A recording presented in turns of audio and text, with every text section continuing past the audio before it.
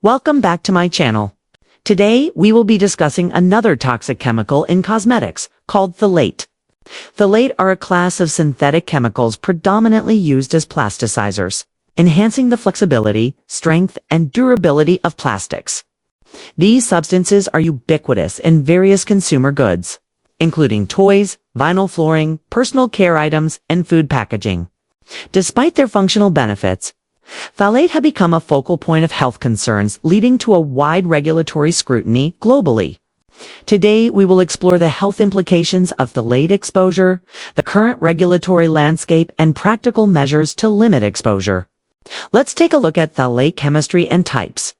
Phthalate are esters of phthalic acid and are categorized into two main groups such as high molecular weight, phthalate, which are typically used in rigid applications like flooring, as well as low molecular weight phthalate, which are commonly found in personal care products. Here are some notable examples of phthalate found in everyday products. Traditionally, the phthalate most often found in cosmetics are dibutyl phthalate DBP, which is frequently added to nail polish to help prevent cracking in nail polishes by making them less brittle. DBP is classified by the European Union as a high concern endocrine disruptor, and in response to rising health awareness, numerous manufacturers have begun to eliminate DBP from their formulations. However, this chemical can still be found in many cosmetic products, especially in developing countries or countries without regulations.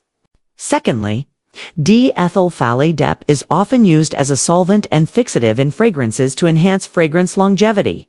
Yet it is infrequently disclosed on packaging because it is usually classified under the broader term fragrance. While dimethylphthalate DMP is used in hairsprays to provide flexibility and prevent stiffness. Lastly, D2-ethyl hexophthalate, or DEHP, is widely used in medical devices and construction materials and is another commonly encountered phthalate. How to identify phthalate in your cosmetics? Under the Fair Packaging and Labeling Act, the FDA mandates that cosmetic products sold to consumers include an ingredient declaration. This means consumers can check the labels to determine whether certain products contain phthalate. However, regulations do not require the disclosure of individual fragrance or flavor components, which may be listed simply as fragrance or flavor. A study by the Campaign for Safe Cosmetics showed that while phthalate were sometimes listed in nail polish, they were often present in about 3/4 of tested products in 2002, yet not listed on the labels. Phthalate are frequently detected in human urine samples. Analysis of data from the CDC's National Biomonitoring Program from 1999 through 2000 revealed that all analyzed samples contained DEP metabolites, and 99% contained metabolites of DBP.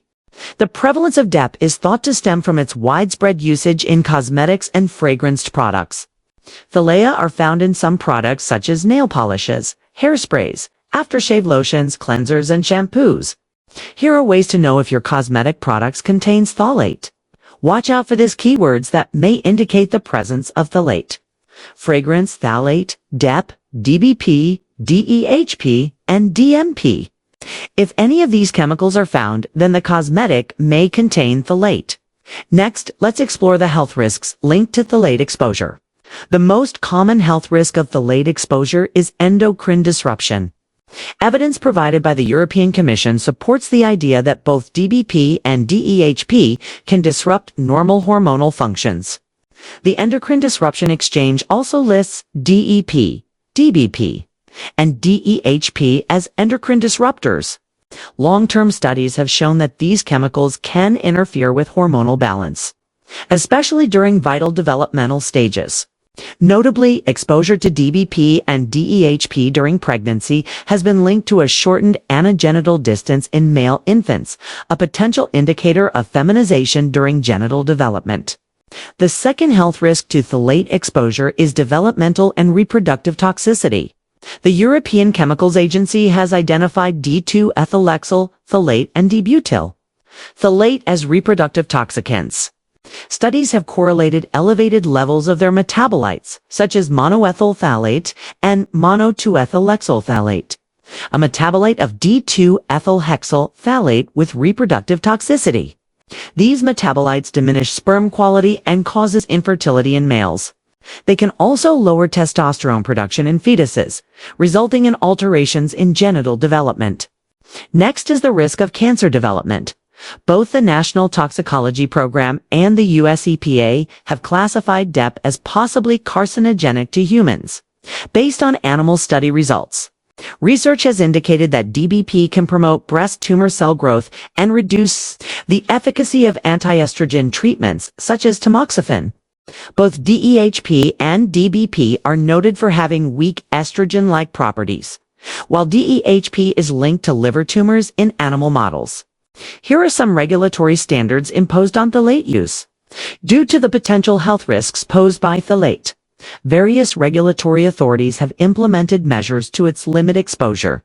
For instance, in the United States, organizations like the Environmental Protection Agency, EPA, and the Consumer Product Safety Commission have established restrictions on specific phthalate products designed for children, including toys and childcare items. The American Academy of Pediatrics has also advocated for tighter regulations regarding phthalate, particularly in items intended for young children. The European Union has been proactive in regulating phthalate through initiatives like REACH, registration, evaluation, authorization, and restriction of chemicals, which restricts the use of certain phthalate in consumer products, particularly those aimed at children. The EU has classified several phthalate as hazardous substances and has put stringent measures in place to protect public health. Here are some tips to help you reduce phthalate exposure. To minimize exposure to this chemical, consider the following strategies. Choose phthalate-free products by seeking out products labeled as phthalate-free. Many brands are now creating formulations that do not include these hazardous chemicals.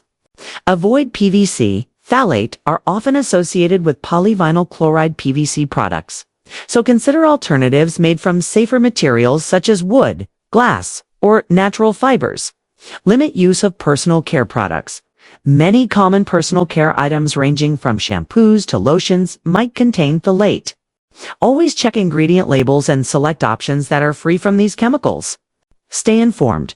Keep up with the latest information on phthalate regulations and advocate for initiatives that promote safer products and transparency in labeling. Phthalate are present in many facets of everyday life, from personal care items to household products. Although they serve essential functions in manufacturing and product design, the associated health risks cannot be overlooked. With growing awareness and ongoing research, regulatory frameworks are adapting to better protect consumers from harmful chemical exposures. Thanks for watching. If you found this video helpful, give us a thumbs up. Like and subscribe for more content on health and safety.